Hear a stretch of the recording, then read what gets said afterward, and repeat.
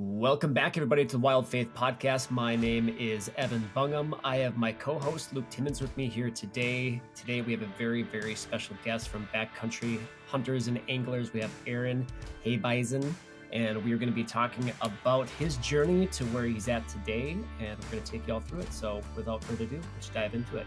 Luke, Aaron, how are you guys doing today? We're good. Doing good. Yeah, very good. Love it. You got a pretty busy summer yet scheduled out yet, Aaron?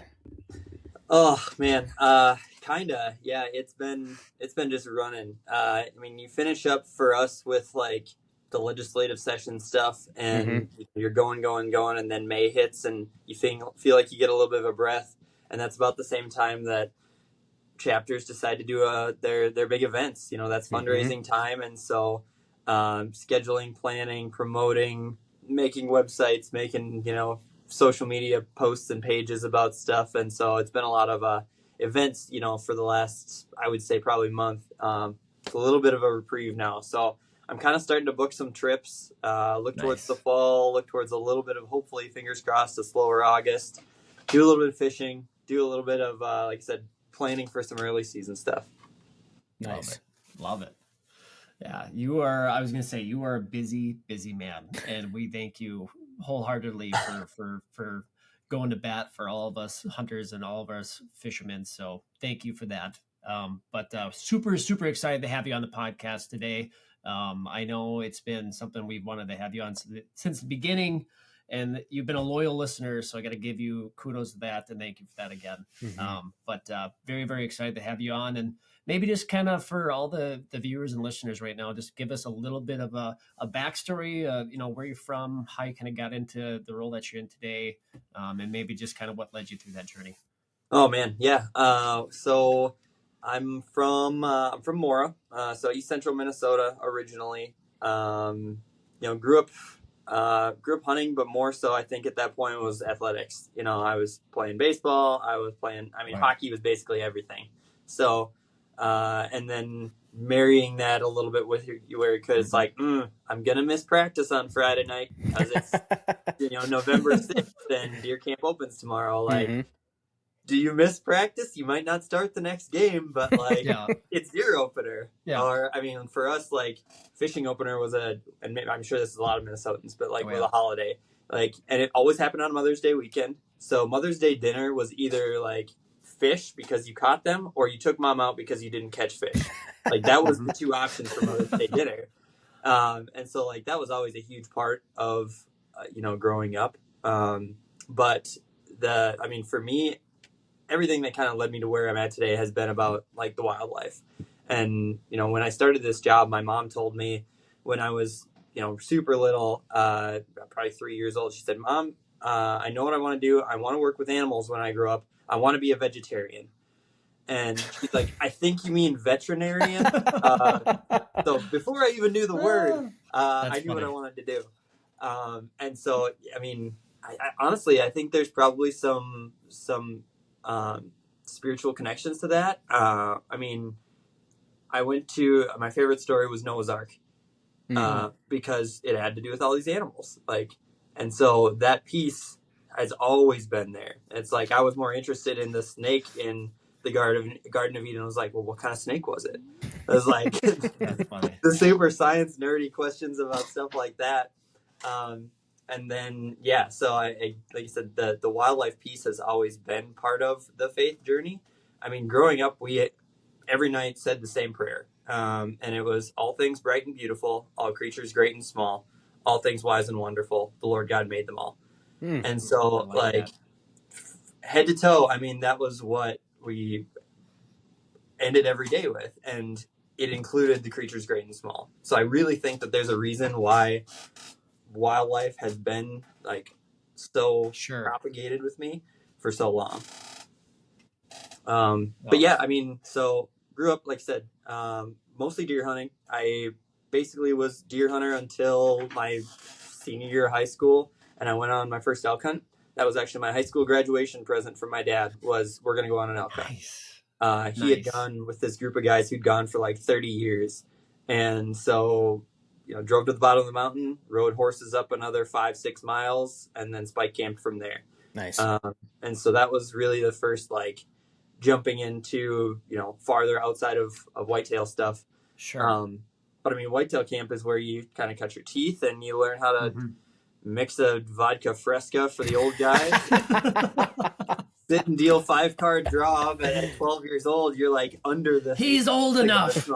Yeah, right. You're like, oh, he's shorter than the cigar smoke line. Yeah. That hangs on the card table. So like that was really like the kind of the becoming a man stuff for me, which really like ingrained the hunt camp mentality. And like I'm a people person, man. So.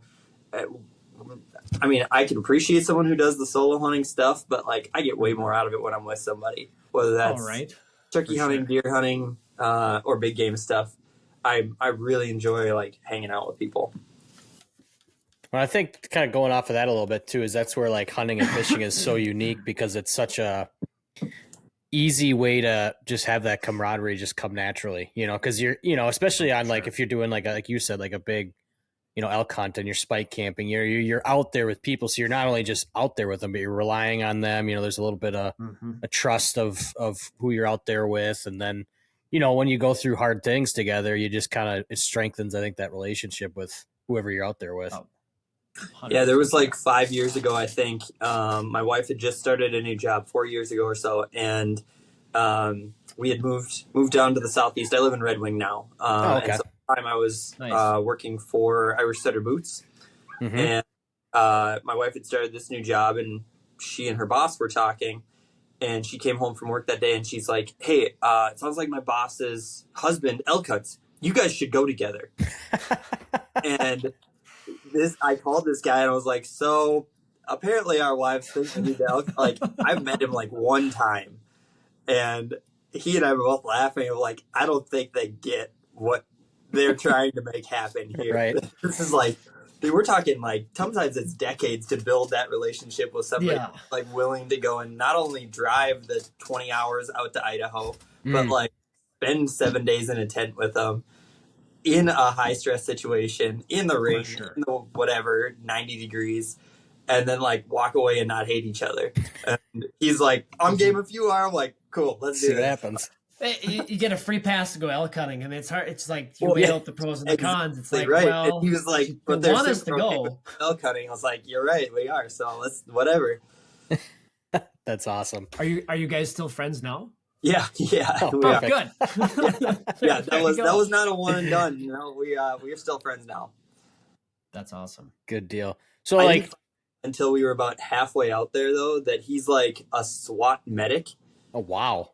And like he was like in it during some of the like bridge stuff, like the riot stuff in 2020, and he was like the SWAT medic on the bridge during some of that stuff, and it was like, whoa, who did I come out to elk hunt with? Yeah, he was like, yeah, I mean, we're a couple weeks before the hunt, and he's like, yeah, you can probably drop your like training weight down to like 50-60 pounds. And I was like, drop down to 60 pounds? Like that's what I've been training at, Doug. And he's like, oh. I was like, what are you training at? He's like 120. I was like, wow. We are going to be at a different starting point to go here. So jeez. Learned quick. But no, like I said, it turned out good. And we had some opportunities. So it's fun. That's awesome. Now, I mean, having a guy like that with you on a hunting trip, that's like a Swiss Army knife. Yeah. Yeah, for sure. I mean, I felt like he did all the logistical stuff and was like, oh, you need this? I got this. And I'm like, usually I'm the one who has to plan all that stuff. Like, This is not. That's like drawing a wild card in a card game. Like, right. We do it because you never know, like when you go on trips like that. And we've talked about on the podcast a bunch of times about just all the different stuff that we've done of going out west or Boundary Waters, whatever it is. And it's like Luke said it earlier, and it's true. It's like you really strengthen those bonds and figure out if this is going to, from a men's perspective, like, are we going to be friends or not? It's like, can you withstand this hard thing we're going to go through together? And are we going to like each other? Or are we going to hate each other when we get through it? Yeah. And some of my very best friends that I've had since forever, I've wanted to throttle them when we got back from the boundary. Oh, 1,000%. Like, you are the best guy in the world, and like you stood up there with me at my wedding, but like I would have drowned you if I thought I could. That's hilarious. You're stuck in a canoe. That's worse than a road trip. And it's like this Mhm. is scaring away every squirrel and rabbit within 5 miles. It's like, shut up, dude. Yeah, that's hilarious. I'm gonna bite my tongue, but it's so funny because it's just like for people that have done it, it's like it's like relieving the talk with somebody that understands the perspective that we're talking about right now, because it's just like until I guess you've gone through it, not just Boundary Waters, but anything really, and it's you've gone through that with somebody where it's been tough. It's just like, man, I really like you as a human being. You're a good friend of mine, but it's like we will never do this trip again. Yeah, for sure. Never You happen just again. need to be like, especially when you do it with a really good friend, you can be like straight up and be like, you are such a pain right now. I have to go somewhere else before whatever, like throw a coffee cup at you. Yeah, that's hilarious. That's how my youngest brother and I am whenever we've gone out on a.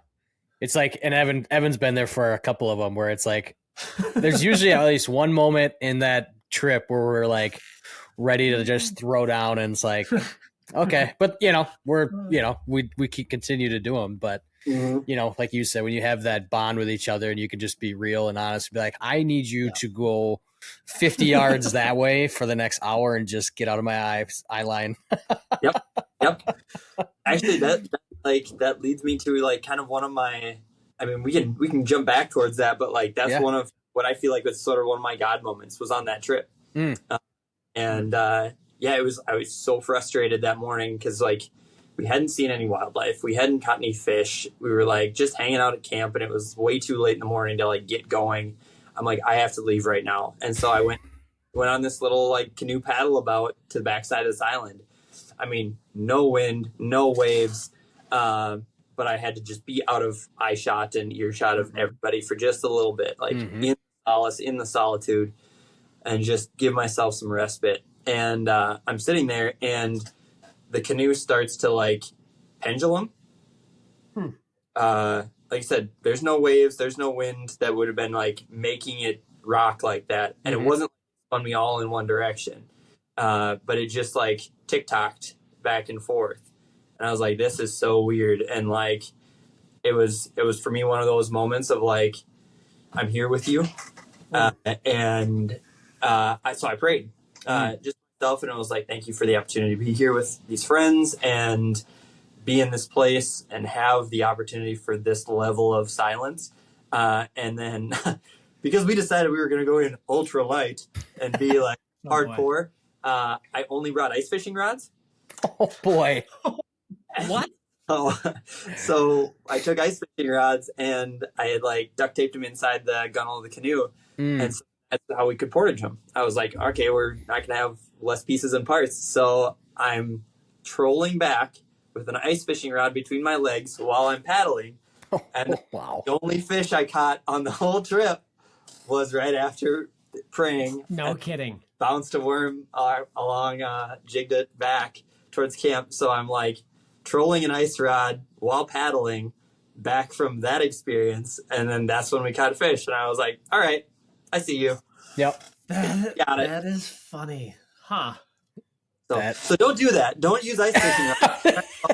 There's better ways. I've never heard of that, but it's funny because it makes sense though. I completely understand it. I mean, like Dave Gentz, I see he fishes out of a hole inside of his boat with his ice fishing rod. You know, so it makes sense. I can't say it didn't work, but like, they don't count that.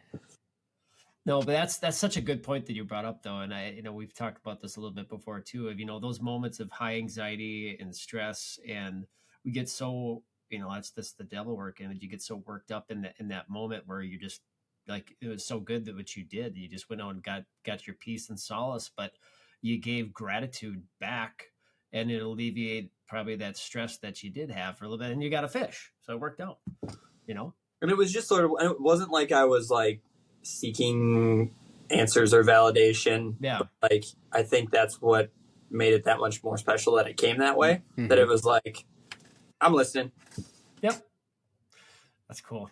So kind of keep us going with the story here. So you said that you went through, your kind of progression journey through hunting and through fishing and kind of getting through all that stuff. So now you're, you just got out of Irish Setter for working there, and you're living in Red Wing. So how did you come to be a part of Backcountry Hunters and Anglers? Yeah. So, I mean, I guess I'll back up a little bit. I my degree was in wildlife biology or wildlife ecology. I went to Iowa State, and so while I was in school there, I had an opportunity to do an internship with the USDA in one of their wildlife disease labs, which led me to an opportunity to work for the Minnesota DNR doing CWD research. So I got to stay in a trailer pulling out during when southeastern Minnesota was sort of one of the hot spots for CWD back in 2010. And like I said, where were you stationed at? Pine Island.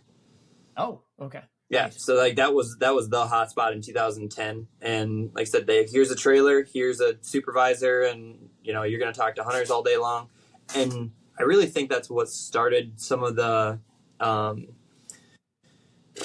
guess let's say like communication side of wildlife research, of wildlife interp, like being able to. I've worked for a lot of really smart people, biologists, scientists, government agencies, politicians.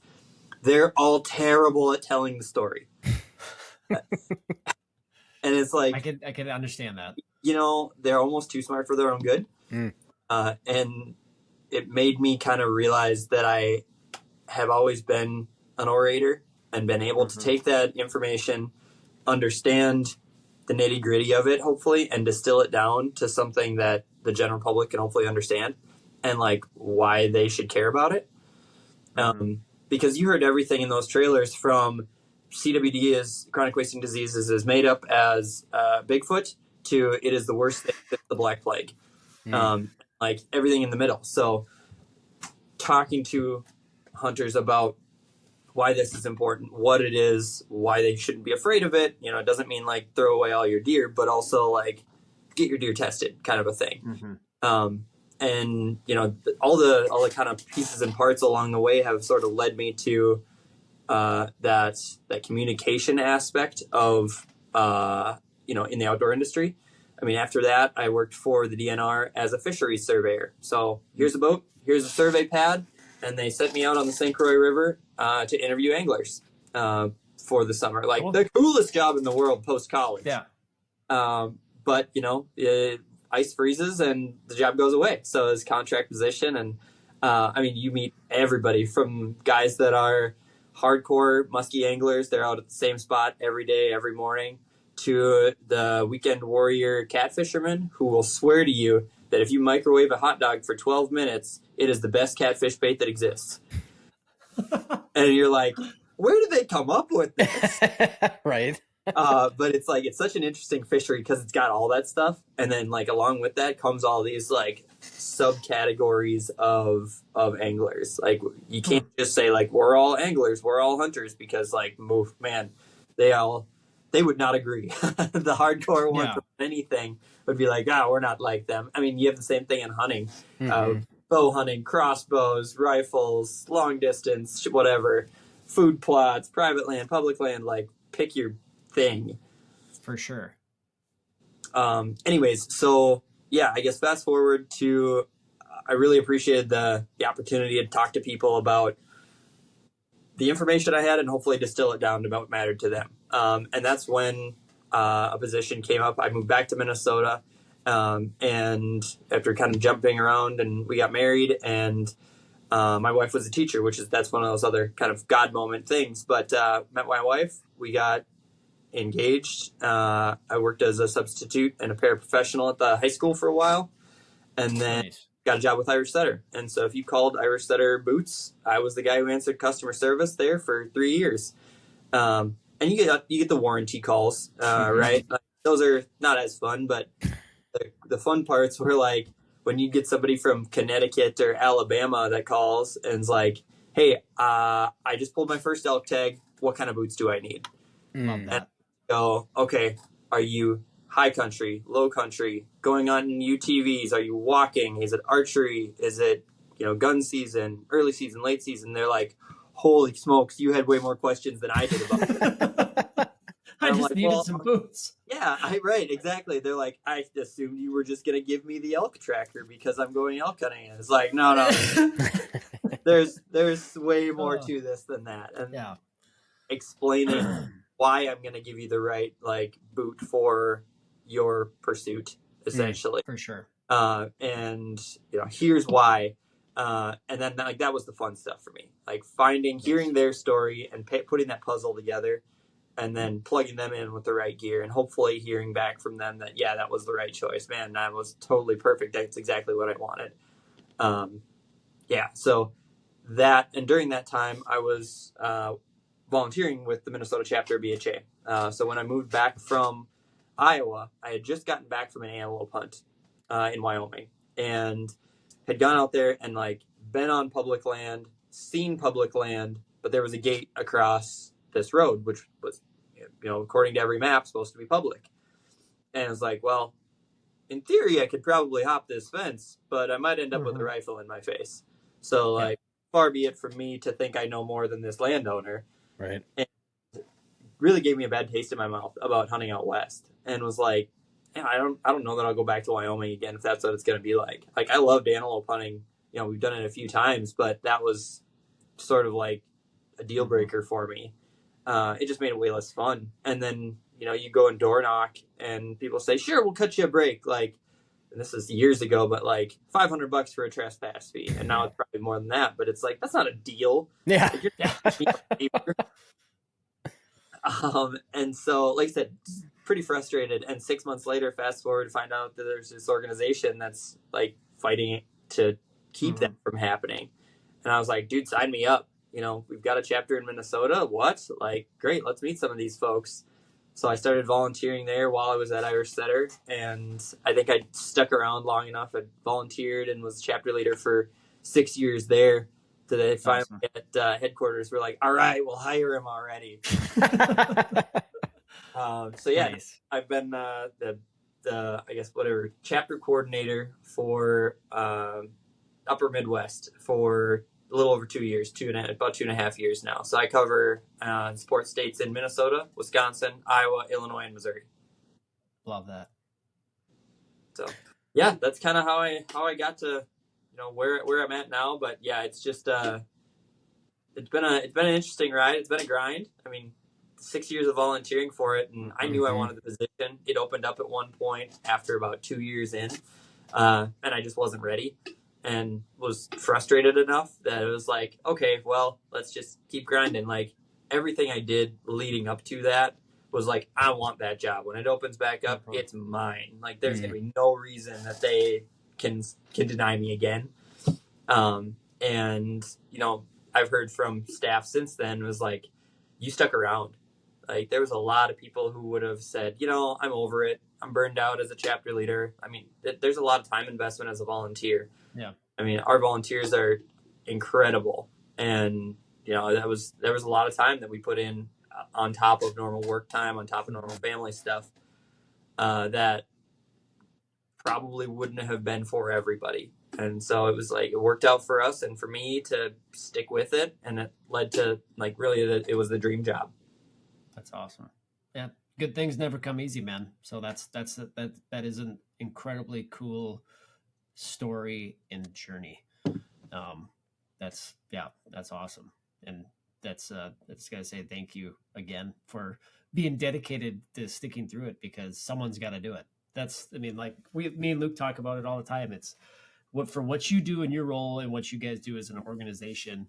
I don't think people put in perspective until they get stuck in a situation like you were talking about when you're out west, where they don't know. It's either they break the law, or they talk to a landowner, or they stop hunting and they just don't do it anymore. And it's one of those things where us as hunters need to be educated, and we need people like you that can communicate properly both sides of the story, from a DNR biologist perspective to layman's terms to some of us not as smart people, so we can understand it and, break it all down, Oh, I get it. It's yeah, it's something that gets taken for granted. I think that's what's unique about BHA is like we're not species specific. I will be the first to admit, like, an avid generalist. I am not great at any type of hunting, but I love doing them all. Yep. Like I said, Awesome. grew up a deer hunter. I am an obsessive turkey hunter now, and We got a turkey out, man. Oh, we're gonna make Oh. that. We're gonna make that happen next Dude. spring. Don't pull my strings. We'll make it happen. Turkey hunting is my mistress in the spring. I was thinking about it yesterday, and I was like, if I was like someone who had quit smoking, and you told me that there's this other option called chewing tobacco, and I could try that and still get the same fix. That's how I feel about like being in this time of the season right now. That it's like I just quit turkey hunting, and there's this other option you can try. It's called deer hunting and duck hunting. It's like maybe I'll give that a shot. Yep. But like, pretty good. That's how I feel right now with like where we are in between seasons. It's like I'm the recovering smoker who's like, should I try chewing? That's hilarious. Well, that's generally it's hard being like, there's the people out there that are purist in one thing. Like it's interesting because it's like kids athletics today. Like they all play one sport now. No one plays 3-4 sports anymore. And it's the same thing with like hunting. Like I'm the same way. I know Luke's the same way. It's like, well, summertime, I live in central Minnesota. I know I'm from southeast Minnesota, but it's like I can just go fish right now if I want to. And it's like I just go in the boat and fish for 6 hours. And then it's like in the back of my brain, it's like, well, the opener's in less than 60 days. That's pretty exciting. Yeah. And then it's like turkey hunting's less than 240 days. That's pretty exciting. I know. And that's the tough part is like when I dove into the waterfowl rabbit hole 5-6 years ago, and it was like, I already do deer hunting. I already bow hunt. Do I really need another thing? And then, but like, again, the animals just grabbed me. And then like being able to communicate and like be part of that ecosystem and like trick them.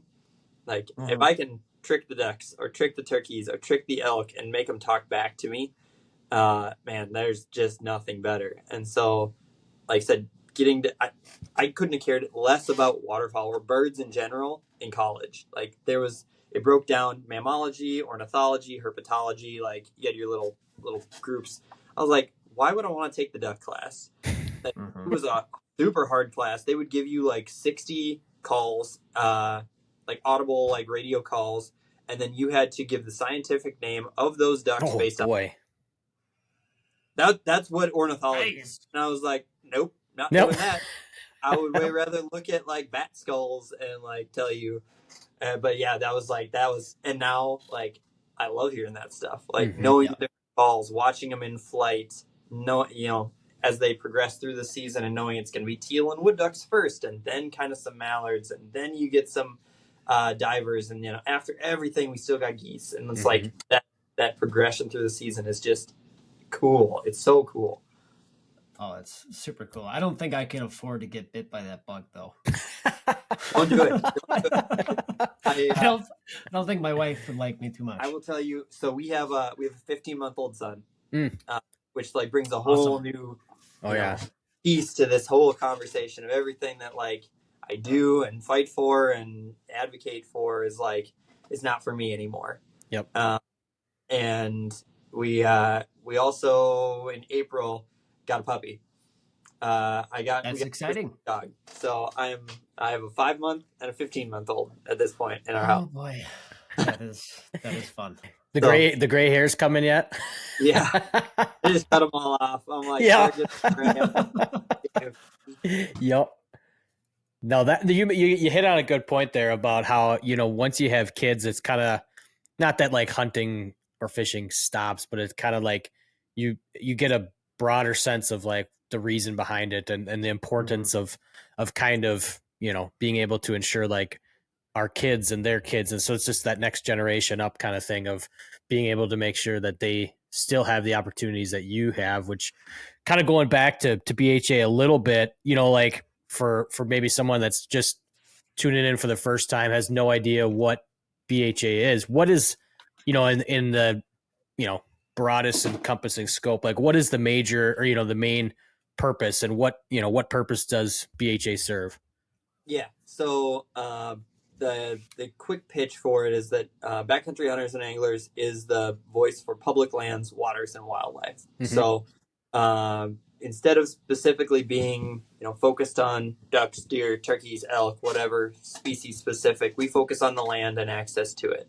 So through a couple different ways do we do that. Obviously, community engagement. We've got membership. You can become a member, and then once you're a member of whatever your state chapter. And then within that, we're kind of a watchdog organization following policy that is pro or anti public land and water. So trying to advocate and contact and work with those legislators and wildlife agencies to keep more access open, improving or increasing as much as we can, but also like safeguarding what we have. And never making it go past like a net zero. We never want to go backwards, and there's not a lot of opportunities to make more public land, so we have to save what we have. For what we were talking about at the beginning, it's sort of for that hard version of doing it. Like, if you have the opportunity to private land hunt, like, fantastic, good on you. But not everybody has that. I know when I was growing up, my grandparents had 100 acres. They sold that. That was hunting camp. We don't have that anymore. So we have to go to public. We still have the opportunity to do some private stuff, but a lot of times the public, that's where I do all my waterfowl stuff because I didn't have another place to go. So keeping those places open, and that sort of comes back to what you were talking about, the next generation might not have with urban sprawl and, big monocrop farming, big giant agriculture kind of stuff. The little small plots and ranches and farms and homesteads are kind of going away. And so if you don't have a place to go, how are you expected to get into this? Well, public is your option.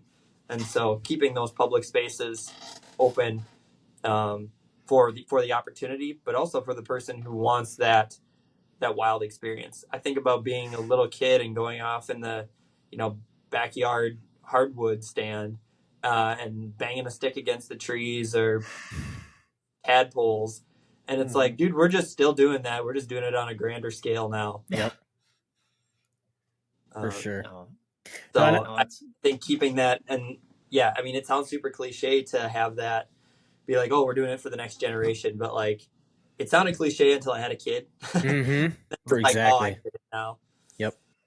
No, and I think just kind of going off of that a little bit too, and the I was just looking at the BHA site today and just kind of get some background information just for this pod here. But one of the things I really like about that page is if you go to that get involved section and hit take action, it kind of almost makes it easy to keep tabs on what's going on out there as far as legislation and who to contact, because it's like, as the regular everyday, outdoorswoman, like, you can't keep up with it, right? You can't, there's so much out there. How am I ever gonna, keep track of what's going on? But it's kind of like almost dummy proof, because you can just click the state and be like, these are the bills that are going on right now.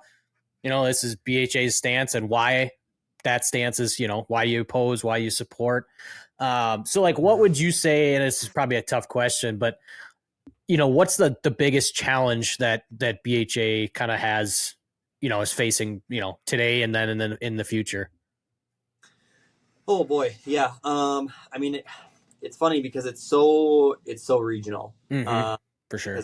The challenges and the hurdles that we face in the Midwest are different than the East Coast, are different than the Mountain West. I would say the biggest probably fight that we're involved in right now, probably the most well known, is the corner crossing case out of Wyoming. So for quick background, if anybody isn't familiar with it, there was 4 guys out of Missouri who went and hunted in Wyoming, and the land is broken up in a way that if you were to picture a checkerboard, the public land would be the red squares and the private land is the black squares. So you've got public, private, public, private. And if you were going to cross onto those publics, so from red square to red square, with your feet never touching a black square property, in theory, you are crossing from public to public and should never have This is called landlocked. So there's these sections of landlocked public land that you would have to corner cross to get to, which if you're crossing, stepping onto from public onto public should be fine. However, these gentlemen were sued by the private landowner for crossing private airspace. Their shoulders broke private airspace. Oh boy. By crossing onto that other public, and so they were sued for it, for trespassing and essentially ruining the experience of this private landowner's whatever solace on his private land. Mm-hmm. And so right now that's in I guess circuit courts. It failed to go through as a criminal case, so it was thrown out as a criminal case, and then now it's been taken to civil court. And they're still attempting to sue these 4 gentlemen for the tune of like $7 million. Jeez. For impeding on his whatever he said value of his private land. So I mean it's precedent setter, right? Like that. There's the potential that if either way we go with that, if that gets opened up, then that potentially could open up millions of acres across the U.S. Mountain West. So many. I mean, Onyx Hunt did a report a few years ago on, and it's tens of millions of acres that it would open up in the landlocked thing. And if it goes the other way, I mean, then that's permanent locking of those acres. And it's like, well, what's the value of these public lands if we can't get to them? If they're really just landlocked for those adjacent private landowners to use. And I think it's really important with that case to say and portray it as not an us versus them, because it's really easy to be like public land versus private land with it. Yeah. But knowing that, and the thing is, there's cases like this all over the place. We've got them in Illinois. We've got them in Texas. They're happening in the East Coast. It's not just a Western thing. And I mean, for me in my region, Illinois has a very similar deal going on with the waterways. That in Minnesota, we have good water access. As long as our feet are wet, we can walk a river, right? Yep. In Illinois, a landowner not only owns the shoreline and the stream bed, but he owns the water that flows through his property. So if you go to float a river on an inner tube or in a canoe or something, let alone wading, technically you could be tried for trespassing. Wow. And so they have 87,000 miles of riverway in Illinois that only 2,000, according to federal law, they would be public. According to state law, the way that the state defines navigability, only 2,000 would be accessible of that. So you got 85,000 miles of waterway that are essentially landlocked, and that's not just for the duck hunters, the canoeing, whitetailers, the anglers, but float tubers, canoers, kayakers, paddlers, campers. For sure. Yeah. It has these far-reaching things outside of just the hook and bullet community. No, I think that's important to touch on too, because of what you just said. That a lot of, obviously what you're talking about is, what BHA is fighting for is not just for, hunters and anglers. It's for everybody. It's for the people who like just to go bird watch, right? It's for just keep public lands public, right? And so with the specifically, like with this Wyoming case, of being able to cross, the corner crossing, where, obviously you said it's kind of in the civil courts now, where does it end up in your, if you had to put on your, or hold your crystal ball and predict here, but if they side with the private land hunter, how much, is that completely going to shut down the ability to corner cross just in Wyoming, or is that going to cross the nation too? I mean, it holds the precedent. Sure.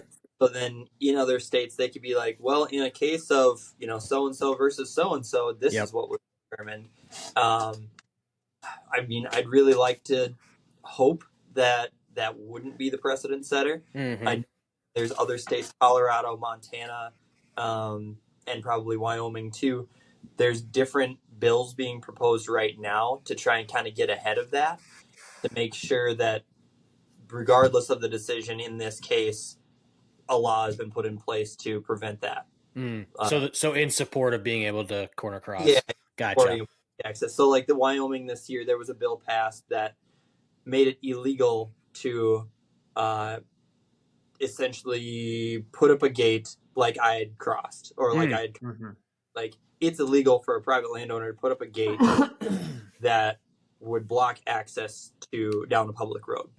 Well, So we've seen that before. Cool. That's a new thing that's now illegal from the private landowner. They can't do that anymore. So, like I said, there's hopefully some safeguards being put in place that can chip away at and prevent ahead of time before it would get to like, no, you can't access this. I mean, and the thing is with the political football that it is, public lands, it's like it's one of those things that like is never anybody's like campaign speech. Like, here's the thing I'm voting on behalf of, but it's very easy to toss it back and forth. I mean, we and you guys have talked about this before too, like we're in a weird spot, especially at BHA. Our organization is focused on the land. It's not focused on a species. So that lends itself to being a little bit more viewed through as an environmental organization because it's land and water focused. Sure. And so it's like, well, on the one side, we hunt and fish, and that's, we like our guns. And so that's a conservative mindset. And at the other time, we want clean air, clean water, and wild places to go roam. And federal government management of them, which tend to be more liberal mindsets. And it's like, so where do you fall on this like spectrum? And what I tell people is like, so BHA's membership breaks down basically a third. Third Republican, a third Democrat, and a third independent. And basically my goal is to try and be radically purple. It's a good goal. Not too blue, not be too red, but also be passively purple. Sure. Where I just like sit in the middle and like, we're Switzerland. We're not going to say anything. Because still better than green and yellow. So you're going to fair. There you go. Sit in the middle, just kind of let stuff happen. Then you can't bitch about it. To be honest, if you're just going to let stuff happen around you, then you can't have a say. Yep. You have to be radically purple. So be involved in the decisions, but like weighing in somewhere in the middle. And that's, I guess, how I kind of go through what do we engage on? How do we engage on it? To be relevant, but also to like keep our message like laser focused. That's a tough one. Cause I mean, and honestly, I think, more people need to be that more radically purple, just across the board, because it's like, everyone falls into that trap of, I'm either a conservative or I'm a liberal, or I'm Republican, or I'm Democrat, and it's like, you can, it's more than okay to agree with, you're going to agree with more on this and that and everything, but there's going to be some times where you're going to be like, well, this makes no sense. And it was a whatever side, but I support, so it's like, you have to kind of just put your, I don't know if it's an ego thing or whatever, pride or whatever, but you have to be able to like see the bigger picture. And I think like that's where organizations like BHA, are good and hold such a good value for everybody, because they are able to kind of put on that purple lens and be like, hey, look, we all like our guns. We all like to go hunt. We all like to fish, but we got to make sure we have the land and the ability to do so. Otherwise, what's the point? Well, for sure. And, going off of that, like people forget too, like for us outdoorsmen and women and kids and everybody, we are an extremely small niche in perspective of to how big our country is.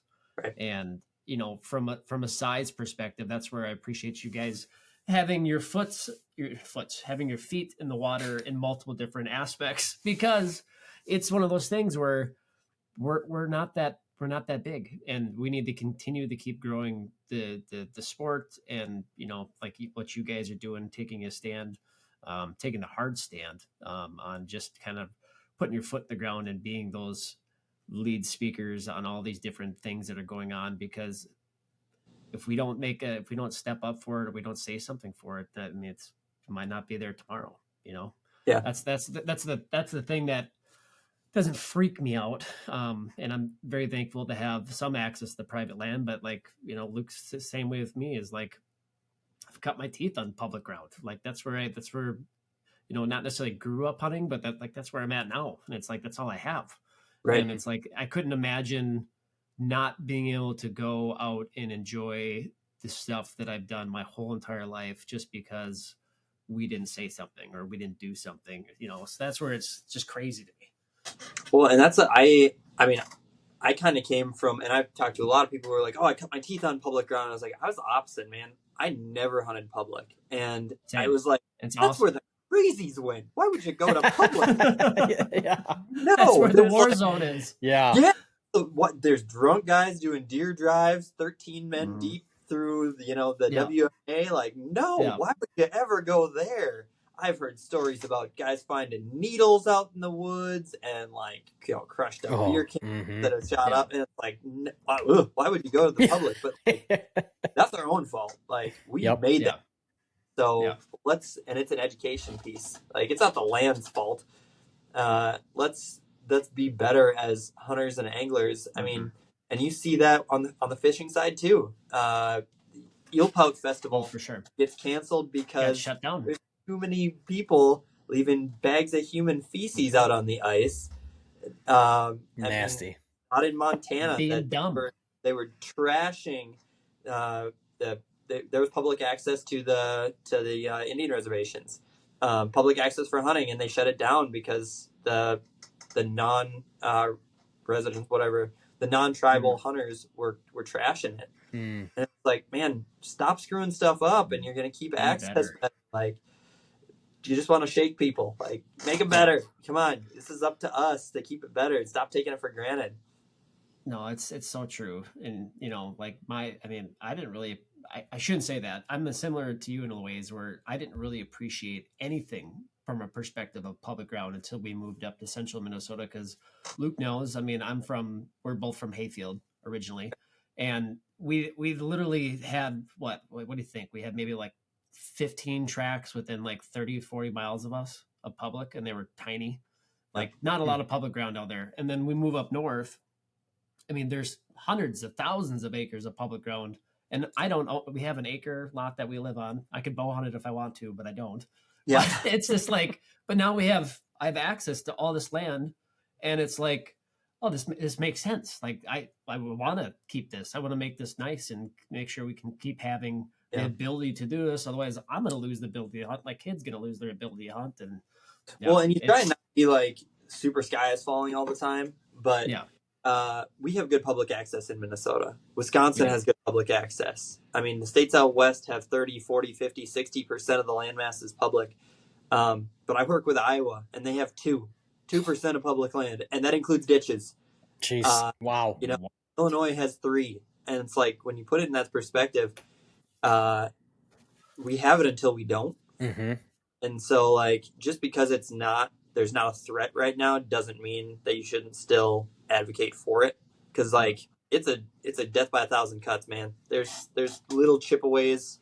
I deal with far too many legislators rather than I'm proud of. But it's like every year there's little things that are like kind of clipping away, and it's tricky, right? Like, they're not coming out and saying like, we want to buy your public lands or we want to transfer them to private ownership. But it's like, well, we're not gonna increase public lands. We're just gonna focus on maintaining the ones we've got for now, or we're gonna put this into state management rather than federal. And it's all these little like chip away things that, like I said, if you're not careful, they're gonna be taken out from under you. No, that's interesting, and like, like Jordan Peterson has talked about that before too, where it's like, not obviously relative to hunting and fishing, but it's that, like you said, death by 1,000 cuts. It's not, they're not going to take it all 1 foot of it at a time. It's going to be, all right, we're going to take a foot here, half a foot here, and then all of a sudden, 6 years down the road, you're looking and they're way past where you thought they were already going to be, and it's like, how do we get here? Yep. Yeah. Sorry, I haven't cut you off there. No, you're good. So what is, not to go, I mean, I'm glad we're going down this because this is fun for me to learn, but so kind of going a little bit further down the rabbit hole, like, what if you can come up with a perfect remedy plan to fix all this, because obviously we have to get all parties aligned, everybody from a legislative perspective, a private land perspective, to people like you and I that enjoy the public lands perspective of joining together to make this harmonious environment. Talking about like Illinois, Iowa, all these states that have troubled access and stuff. Is that like uniting private landowners, or is that more or less maybe the states coming up with programs that are more enticing to private landowners to allow more access? Or like what's the solve all for that you can think of? I mean, that's a huge question. It is. I really don't think there's a silver bullet, kind of like a silver shotgun shell. Yeah. You just got to try and throw a whole bunch of stuff out there and see what works and what pellets hit. Because the way we have to manage in Minnesota for our forest cover types, for our waters, is different than how Iowa has to do it, or different than Iowa has to do it. And then you also have these like outward entities that are going to have a stake in the game.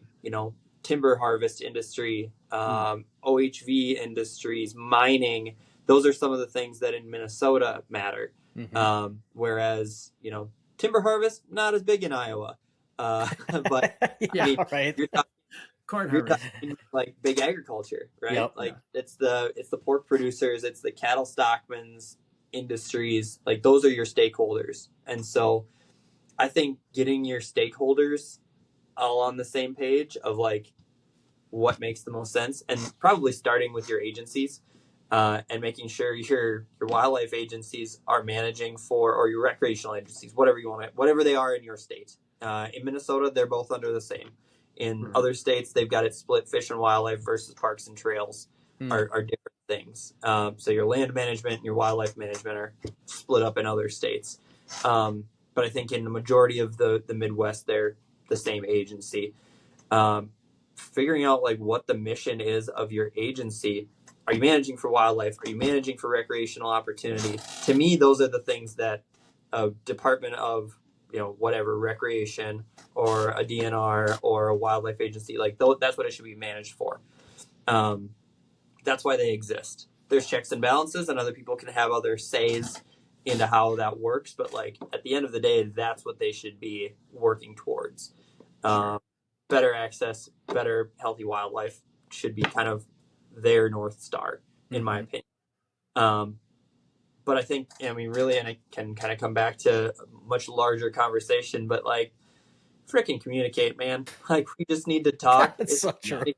Thing that it's like, let's just put all our cards on the table and not try and be like nefarious and sneaky and like sneak stuff through the legislator or pay someone off to make something happen. In working with like I said, we have to work with, I believe, and our organization believes, like, for multiple use for our public lands. That is for mining, that is for logging, that is for hunting and fishing and biking and bird watching and berry picking. And, it's public, so it should be able to be used for everybody. But that doesn't just mean it's public, so we're going to log it to death. To the detriment of those other organizations. It also means I don't want to cut those other pieces out just in order to hunt. I would love that personally, but like not the point of land. Public means public for everybody. So getting everybody on the same page with how those things are to be best managed. And I think it's different within your state. I mean, hell, it's different from northern Minnesota to southern Minnesota. For sure. Forest management versus agricultural management. You can't just put an umbrella over Minnesota and say, this is how we need to manage deer in Minnesota. You can't. And so figuring out how you make a system that's fluid, to like go, okay, here's what happened last year. Here's how we have to pivot, maybe even a little bit, to improve it the next year, and just do a little bit better than you did the day before or the year before. And that's all you can do. It's a moving target. That's boy, that resonates on the conservation side, but also on the life side is just, being just open and honest on what you're trying to get done is such a, that's, you guys are obviously wading through a political minefield, I'm sure sometimes, of just crap, but it's got to be tough. But And we've kind of, and this is kind of, tying it all together here, and we've talked about it here, but, as, you know, and in my opinion, like God's appointed us as being stewards of the land. We're tasked with protecting it and ensuring it for generations to come. So how does that tie in a little bit? And I know we've kind of touched on the faith piece a little bit here so far, but like for you personally, on just like why you do what you do, why now with a kid, how much more important that is too. Yeah, I mean, the Boundary Water story we talked about at the beginning was sort of one of those like aha moments. And I was talking to my wife about this, recently, and I don't know that in any of these moments that I've had, I realize it's a moment. Yeah. Until 5, 10, 15 years later, and I'm like, oh, that was a God thing. The one that really sticks out to me, and this was kind of the biggest like light bulb moment for me, was when I think it was between my junior and senior year of high school, and we went to Germany, and I was out there on a trip, and we did Germany, Switzerland, and Austria, and on one of the day excursions or whatever, we went to Dachau, which is a concentration camp, in the morning, and so the teachers all kind of prepped us and said like, this is gonna be a heavy morning. I mean, it's iconic, right? It's a thing you've seen in movies and you've heard about in every history class forever. And it's like there's so much desolation and evil, and like you want to take pictures but you don't want to smile, and like the just heavy and sad. And I mean, you see the gas chambers, you see the Arbeit macht frei iron sign, and like it's chilling. I'm getting chills talking about it, but it's like it's so heavy and sad.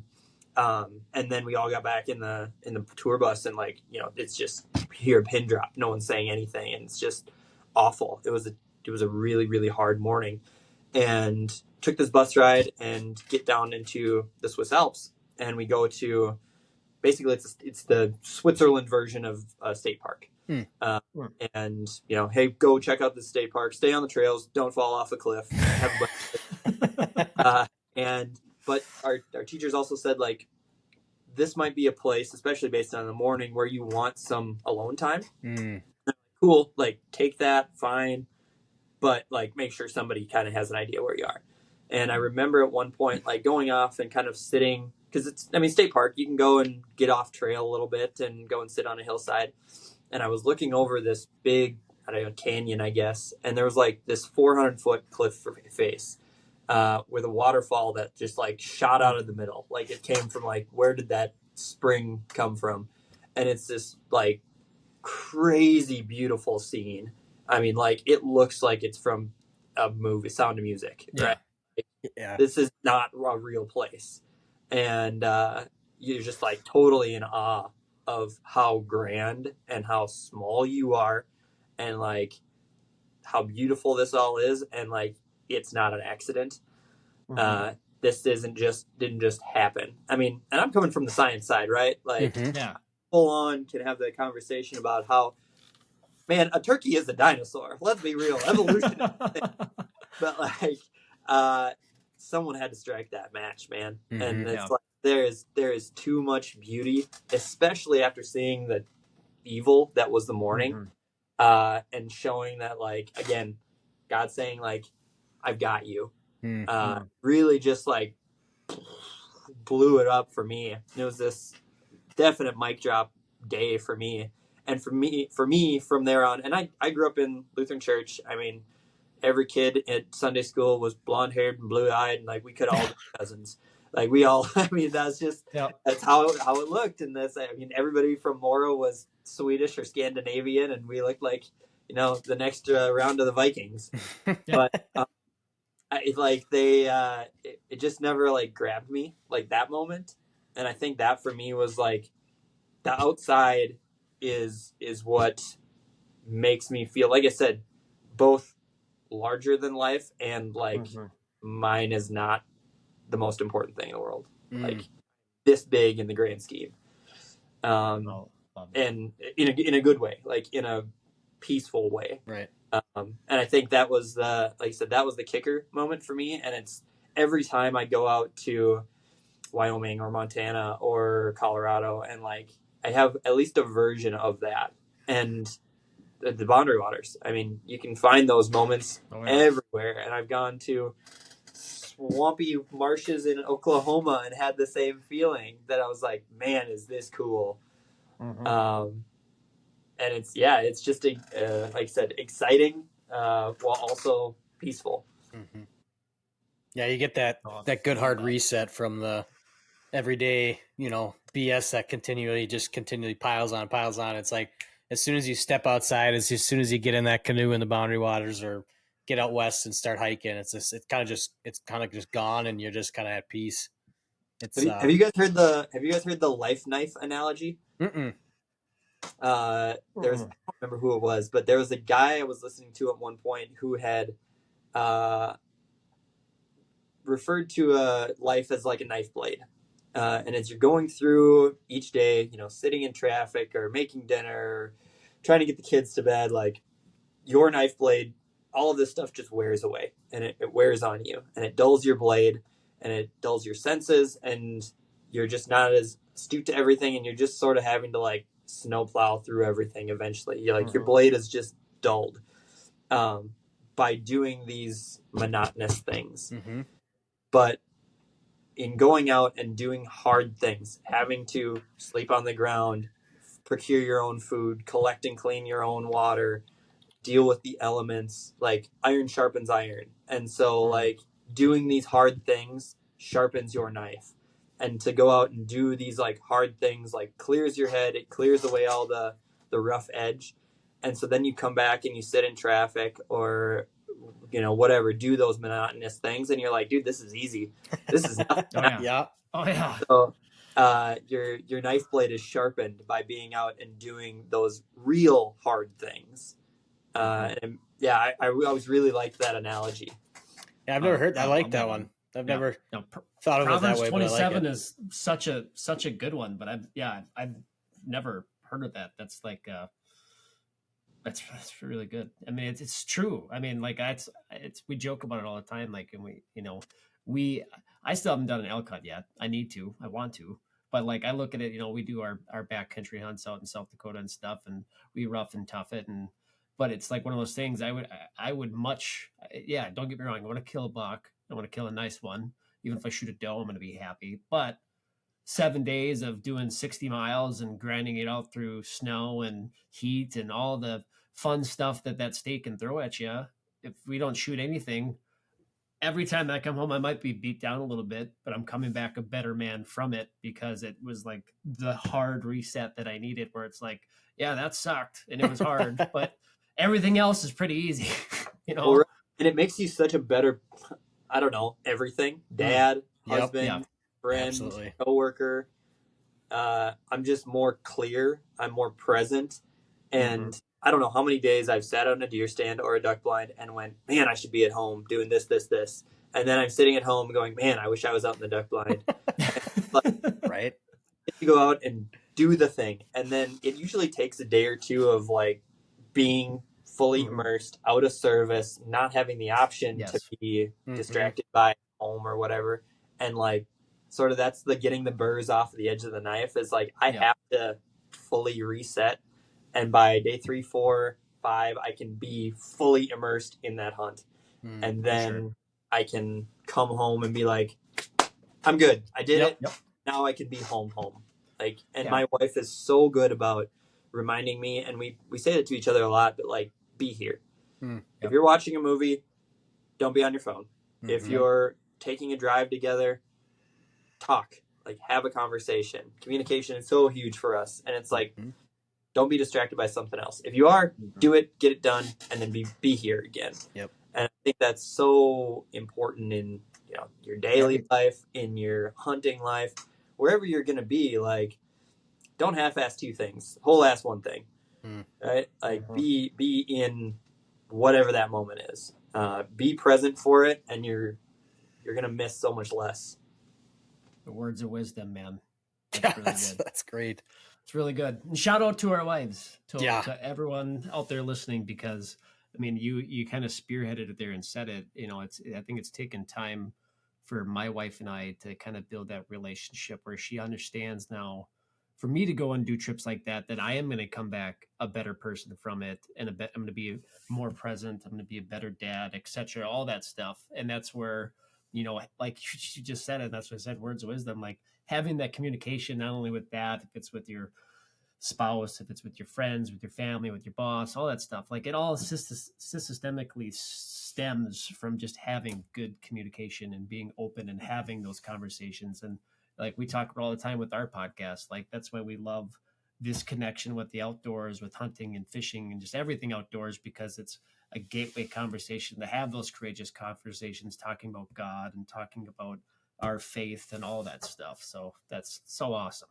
So thank you for that. Yeah. Well, man, I mean, I've had more conversations that like accidentally end up there. Yeah, right. Yeah. Right. And it was like in a mountain, in a blizzard, in a tent, in the rain, in a duck blind with a, dead battery. It's like all of these like suckfest moments. And that like, that's when those like conversations, like you don't have to feel like you're walking on eggshells. Like you're with somebody, and like between that, again, it's sort of that like dichotomy of the very evil morning, overshadowed by this incredible afternoon. Okay, we had the motor blow out, but man, look at the sunset, or look at the sunrise we saw because of it. We walked in through the dark and the rain, and then just as it got light, we came upon this waterfall or whatever. And it's like, you can't, if you have any kind of like spirituality or faith, really it doesn't matter to me where that is based in, but like have some faith in something. Yeah. And it's like you can't help but see nature and then like think it's part of something bigger. And like I said, I've had more conversations that end up discussing the nitty-gritty of faith outside than I ever do. Oh, for sure. Standing, at a church picnic. Yep, it's true. Yeah, no. Well, that's like we were talking about that a couple of podcasts ago, where we need to stick a bunch of guys, do if we wanted to do like a faith retreat, like you stick a bunch of guys, go do a bunch of things that are hard and tough, and then you can have those conversations. It's just so much easier. And with like no intention of having them, right? Like yeah. Faith retreat, because that's how you're gonna. The people are going to be way more reluctant to like go on a faith retreat than if they were like, oh, let's go on a fishing trip. And then it turns out to like have those conversations, and they just inherently like they come because you can't, the two are not disconnected. Yeah. That's so good. And, kind of just switching things up a little bit here, and I kind of dive in a little bit more, because I know as much as you're out there advocating for all of us and you're busy traveling and doing shows and whatnot, you still are, like you were saying it earlier, you get out there and you hunt and you fish and you do it good. So just tell us a little bit, like, what do you got cooking for this fall? What are you doing for trips, for hunts, or? Well, so last year I did an archery elk hunt to Wyoming, and nice. I tagged along with a buddy, was going to be his pack mule for a rifle season for elk. So I did 2 Western trips last year. I usually try and get out west at some point every year. But part of the trade-off of getting a bird dog this year was that I wasn't going to go west.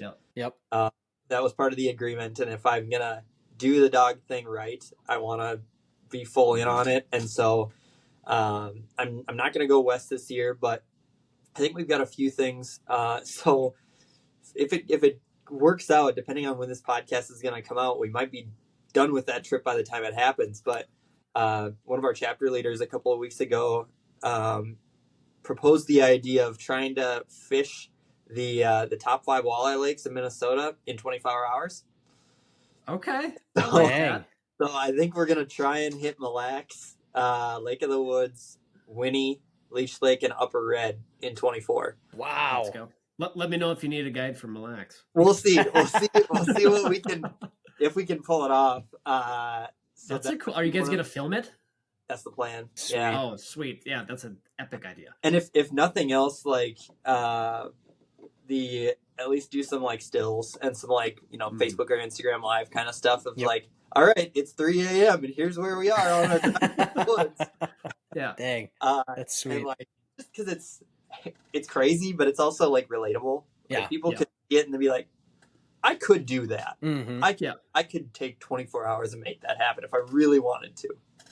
So I don't know. We're gonna try that. I just talked to a guy last week who I think is gonna help us try and go on a crane hunt to northwestern Minnesota. Yep. So focusing more again. I didn't know that you can hunt cranes in Minnesota. Yeah, there's a little area basically from like Thief River up to the border.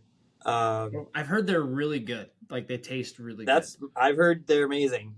Amazing eating, super fun to decoy and watch them helicopter in. And I didn't know that. I kind of get sucked into the grandeur of the adventure sometimes. Mm-hmm. Of like, oh, I should go to Colorado. I should go to Wyoming. Oh, when can I go and do hog hunt in Texas or whatever? Yeah. And last year we did a stewardship project, which is the other piece I guess I forgot to mention from BHA is the boots on the ground, like community habitat kind of conservation work, fence removals, shoreline cleanups, like keeping those areas, doing the boots on the ground, like get your hands dirty work to keep them that way. But I did this project in Missouri that really made me think and remind me of like start local. Like it doesn't have to be this big grand scale thing. It can be a local community thing. Start with your local WMA. Start with your local boat ramp. And it sort of made me think that way about my hunting seasons too. I don't have to go somewhere 15, 20 hours away to have an adventure. For sure. I live on the fly, like one of the arguably best flyways for waterfowl in the absolute mecca for waterfowl in the country. Mm-hmm. Why am I going anywhere? I could go right? half an hour from home and find ducks. Right. Like, well, get good at that. Or big deer. Or geese. Like, we've got mountains down here. Like, don't tell anybody, but they're awesome. Like, you don't have to go anywhere. And so I wanted to put a little bit more time into that this year. Be a little bit more intentional. Like, I can still have the adventure without sacrificing the gas and the money and the time away from home. Right. And so, like I said, the cranes, might try and get up to the, like, Iron Range. We've got a cabin in the Iron Range and maybe do a little more whitetail, like big country whitetail stuff up there. But yeah, I guess deer and ducks around here, try and get my dog on some birds, and yeah, we'll see. Like I said, it's gonna hopefully be a new way of looking at some of the stuff that I've done for a while now. Okay, I love that. And I've proposed this to Luke before too, and not the copy Meat Eater, but we've talked about this. I think before Meat Eater, before Meat Eater even did it. I want to go do a Boundary Waters bow hunt. Okay. That is like my lifelong bucket list to go kill a whitetail on an island in the Boundary Waters. I did the canoeing thing last year in Wisconsin. And did you? It's so cool. I mean, not far. I mean, as the crow flies, it was probably half a mile, quarter mile. Okay. But like the deer were so not skittish. Like, I mean, you figure they have seen and heard party barges and boats going around them for sure. Sure. Long, so they can hear people, see people, smell people, whatever, but like no one ever goes there. Mm-hmm. And so they're super not skittish, and like it was very untrammeled like land. I mean, we were hunting darn near on the beach, and it was like it was so cool. Yeah, so like definitely like would suggest trying to do the island hunt thing, even if you don't have to do the Boundary Waters. Like it was just cool. Yeah. Mm-hmm. But yeah, I mean, if you can get the Boundary Waters thing, I also have this version of a Meat Eater trip that I kind of want to copy, but also in my own way of like taking the Mississippi River from like the Twin Cities down to St. Louis. Oh, that'd be sweet. So it's like 450 miles, and that would touch all 5 of the states that I support. Mm. And whether that's in a canoe. I mean, I'd even do it in a regular. I'm kidding. 450 miles. I don't know that vacation time. That'd be a long time. That'd be a month. Yeah. I mean, if I could a month, honey. Yeah, right. and then drive home. So that's another trip that would be really, really cool. And again, I don't need to go adventure that far to do it. Yeah. It starts here. I can put in Red Wing and go. For sure. Well, Luke, how do you feel about some rapid fire questions? Yeah, shoot, go for it. I think before that though, can you just break us down a little bit? And once again, thank you so much for just everything, all the words of wisdom. I mean, speaking from the heart today. So I really, really appreciate that. Yeah. But if anybody that wants to jump in and become a part of BHA or to help out or to just become a part of their local chapter, etc., what does someone need to do that maybe just doesn't have any experience and doesn't know about BHA? Yeah, I mean, the easiest way is to jump on the website, like you talked about, backcountryhunters.org. There's a tab up at the top that says join. It's $35 a year for an individual membership, and that gets you plugged into the community of BHA members, all the events that are happening, whether those are fly tying nights, archery nights, upcoming get-togethers, but also the advocacy stuff. You know, when there's a bill, we need you to reach out to your legislators about. That's kind of the most important, like, giving back to us piece with staying plugged in with all that stuff. But also, you know, there's corporate partner discounts. We've got some of the best corporate partners in the industry. Discounts, like I said, we've got a great publication, the Backcountry Journal, that you get 4 times a year with that stuff.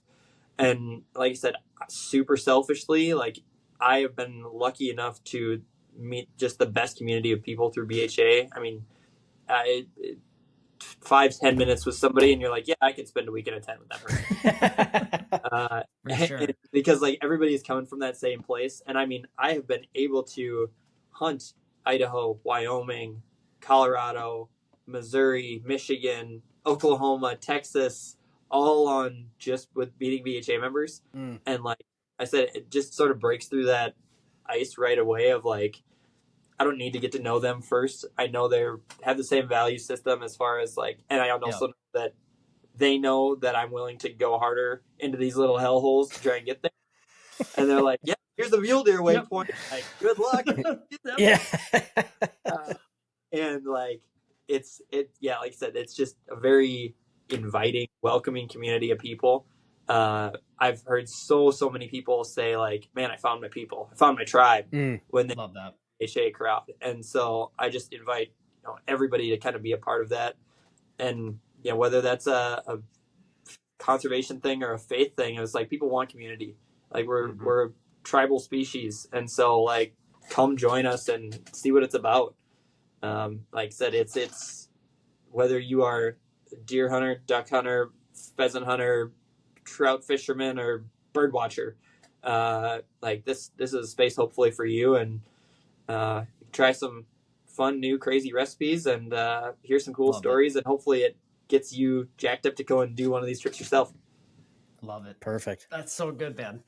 So we do this every once in a while, and I think you're a perfect one for this. We're going to do some rapid fire questions. It can be yes or no. It could be short, quick, easy, however you want to answer it. So first one, because you said this earlier, master of one or master of none in terms of different species of hunting? Would you rather be like an expert waterfowl and that's all you do, or would you rather be like good or like subpar at everything? Jack of all trades, 100%. Like, love that. Yeah. I'm too ADD to focus on one species too hard. I like I said, I found myself in the duck blind sitting and thinking about if it was a good weather pattern day for deer, and then I'll sit there and hear geese when I'm sitting in a deer stand. Like, damn, I should be bird hunting today. Yep. And so like I'm for sure guilty of being like a jack of all trades guy, and I think that's like part of just growing up that way, of like your parents exposing you to a little bit of all of these sports. Like, I don't have to be good at golf, but man, I've got a whole lot of meetings that I've been able to take because I kind of know how to golf. Yep. Just enough to make myself to be dangerous, right? That's the one sport though, as a kid, you look at like because like you're in like the same space, networking space of life, where it's just like, God, it's like I love baseball. I was a baseball player through and through, but it's like I wish I would have played golf. And like I wasn't a good baseball player, so that's like varsity baseball, or golf practice is just going and golfing for free. Right. Yeah. Like, I'll go to that, and it's turned out to be a very accidentally great networking tool. Yeah. Yep. Oh, 1,000%. Okay. So that's awesome. So you got one state in 1 week to hunt for turkey hunting. Where are you going? Ooh, we're talking turkeys? Mm-hmm. Turkeys. Ooh.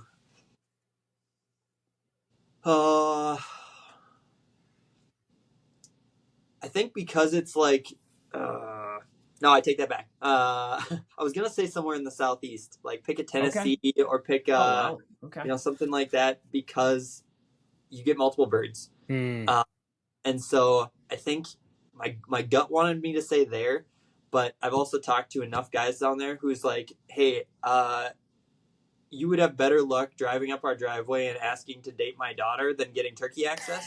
Oh, for sure, dude. And- those boys from down south, they are like it's no joke. Like it's no joke. They will safeguard turkey access way over deer access, and so I quickly retract my southeast, and it would go like I might even say like Montana or Washington. Oh, that'd be sweet.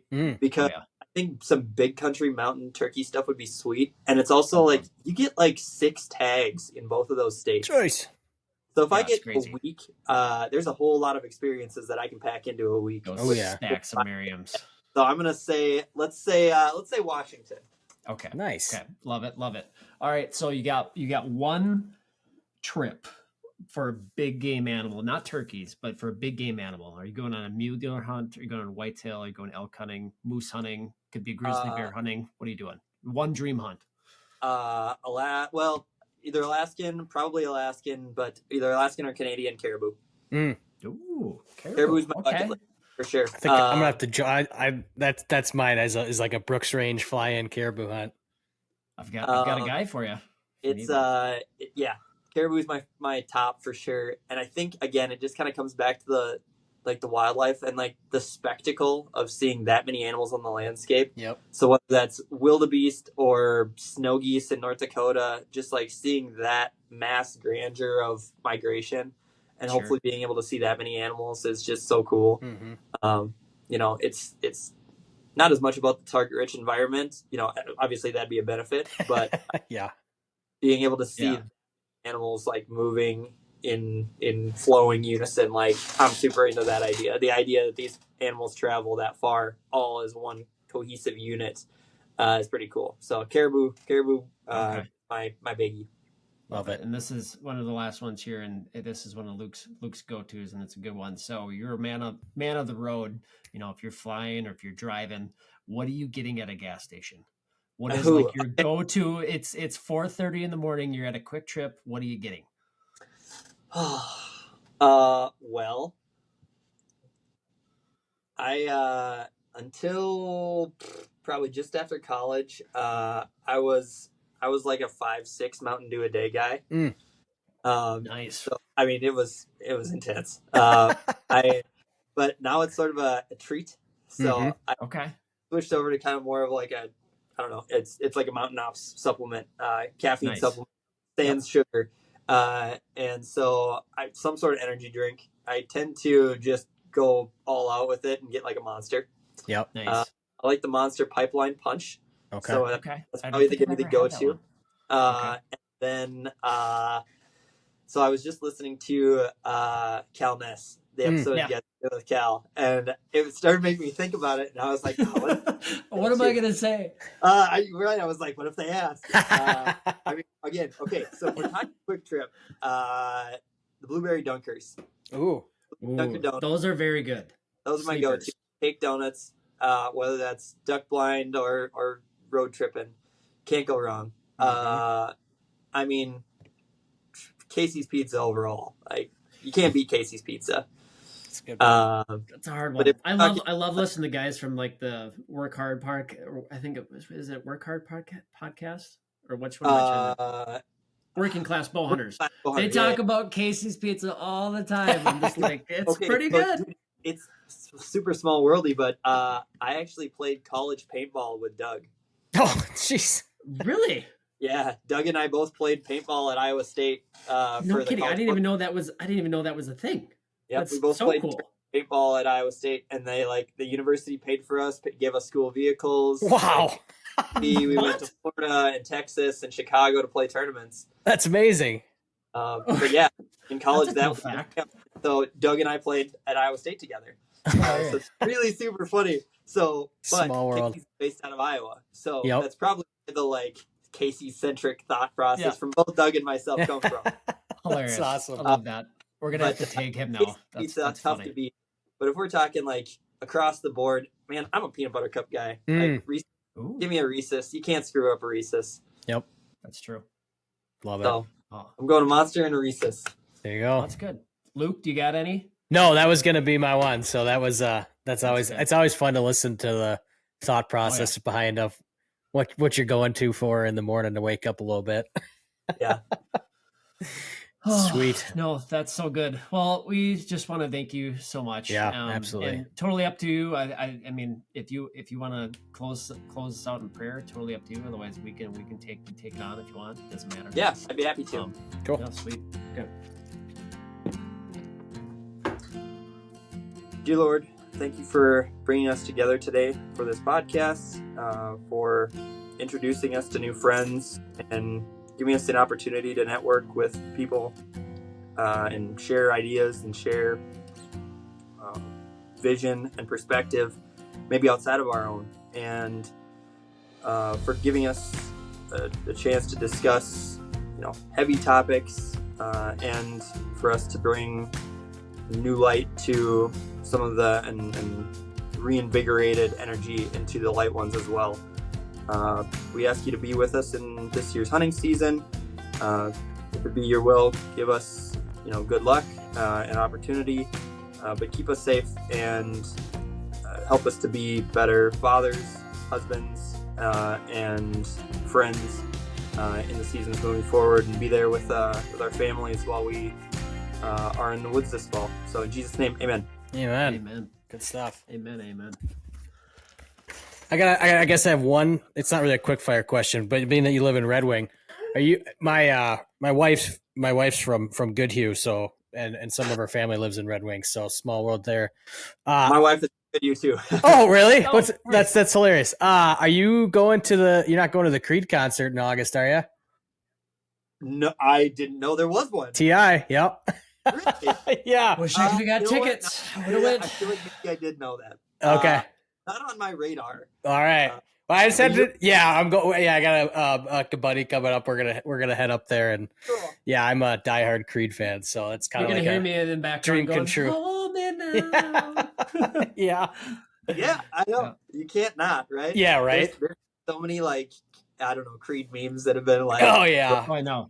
and I actually just heard with Arms Wide Open on the radio the other day, and I was like, really? wait, This is on the radio. This is like 20 years old. I don't know, 25. when does this radio station play that song? But it's also, it's based on him getting a son, which yeah. heard that song since I was a parent, and I was like, well, thanks a lot, Creed. Yeah. Yep. Waterworks. Yep. It's so dumb. Being a parent, there's so many things that my wife and we hit a stage when we got married that we just became total softies. Oh, And yeah. both of us were not that way, zero emotion ever. Mm-hmm. Until we got married, and then we'd look at each other. We're watching a movie, and we're like, "I'm not crying." You cutting onions over there? Then it's tenfold after having a kid. There's so much. 100%. I'm like, how is this commercial making me tear up? Yeah. It's what's going on right now? That's hilarious. I can't agree more with that statement. That I was talking about, I think maybe on the last one with the new Luke Combs album about father sons and stuff. Yeah. It's Dude. There's 4 or 5 songs on there where I'm just driving to work. I'm not. Oh my God. It's Damn it. allergies again. That Hunt Alone. Oh. I heard it on a Monday morning at Yep. 9:30, and I was like, "Thanks a lot, Luke." Yeah. Like, Now I'm crying. yeah, right. I didn't plan on this today, but here we go. It's so true. No, Love it, man. Well, that's so funny. yeah. Well, like Evan said, we can't thank you enough for hopping on here. I know you're a very, very busy guy, so thank you It was Really awesome. appreciate it. Yeah, thank Thanks you. for having me, and hopefully good luck this season, and hopefully, like I said, keep me posted, and we can get together soon. Heck yeah, that sounds like a plan. We'll definitely got to get a hunt in the books, and Luke and I have talked about this on a couple podcasts, and we're finally getting to the point where we're starting to grow. We're making baby steps, which is good. But to where we can start justifying like getting out and going to events and traveling to where we feel comfortable, and financially we can start doing it and all that good stuff. So it'll be fun, definitely, to come see it at some events, and definitely got to get some hunts on the book. So thank you so much again. Good luck with the podcast. Yeah, we wish you all the luck in the world, and hopefully, we can plan something down the road. And I mean, heck yeah, man. Season, what'd you say? 240 days away? Turkey's coming right around the corner. Hey, fall turkey! If you haven't done that, I like chasing them in the fall. That's true. So. That's true too. You bet. All right, boys. Sounds good. Thanks, Aaron. Thanks, Aaron. Have a good one. Thank you for joining us on this journey through faith in the great outdoors. We hope today's episode has inspired you to seek God's presence in the wilderness and deepen your connection with nature. If you enjoyed today's discussion, don't forget to like, follow, and subscribe to the Wild Faith Podcast on your favorite platforms, including Spotify, Apple Podcasts, YouTube, Instagram, and Facebook. By subscribing, you'll never miss an episode, and you'll continue to be a part of the Wild Faith Podcast community. We'd also love to hear from our listeners, so please don't hesitate to reach out with your questions, comments, or topic suggestions.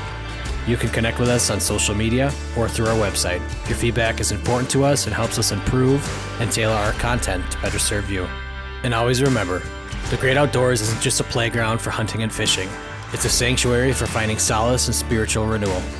As you gear up for that next adventure, I pray you find God's presence in the crackling of a campfire, the thrill of reeling in your catch, or the quiet solitude found in nature. Until next time, thank you for listening to the Wild Faith Podcast. Take care, and God bless.